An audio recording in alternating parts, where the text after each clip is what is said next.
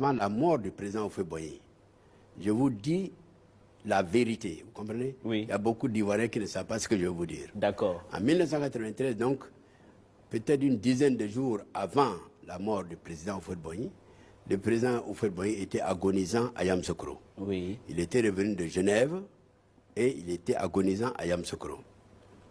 Monsieur Ouattara, Premier ministre, qui était en fait le chef de l'État, Oui.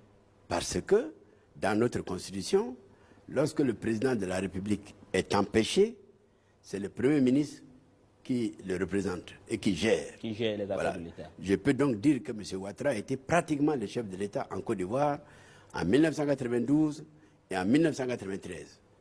2 années où le président Houphouët-Boigny physiquement ne pouvait plus tenir. Ça, c'est une réalité. Et il sait que c'est vrai. J'ai dit que M. Ouattara, sachant que je suis le secrétaire général du parti du président Houphouët-Boigny, le plus grand parti de l'époque, Oui. n'est-ce pas, m'a appelé, Oui. a eu une rencontre avec moi chez lui, m'a proposé d'être avec lui pour que la Constitution, quand le président viendrait à mourir, ne soit pas appliquée. Et Je vous le dis. Et vous avez dit... Et moi, j'ai dit non. Parce que moi, je suis pour la Constitution ou rien. Je lui ai dit non. Je lui ai dit, je ne vois pas ce qui vous permettrait de ne pas appliquer la Constitution.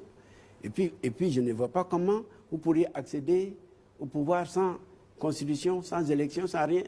C'est impossible. dont il Nous sommes restés à parler de 21h jusqu'à minuit. Il ne m'a pas convaincu. Le lendemain, c'était un samedi, il m'a fait convoquer par son allié et complice, le vieux Philippe Grégoire Yassé, qui a tenté la même opération. J'ai eu le courage de lui dire, avec tout le respect que je vous dois, Président, c'est non. Moi, c'est la Constitution ou rien.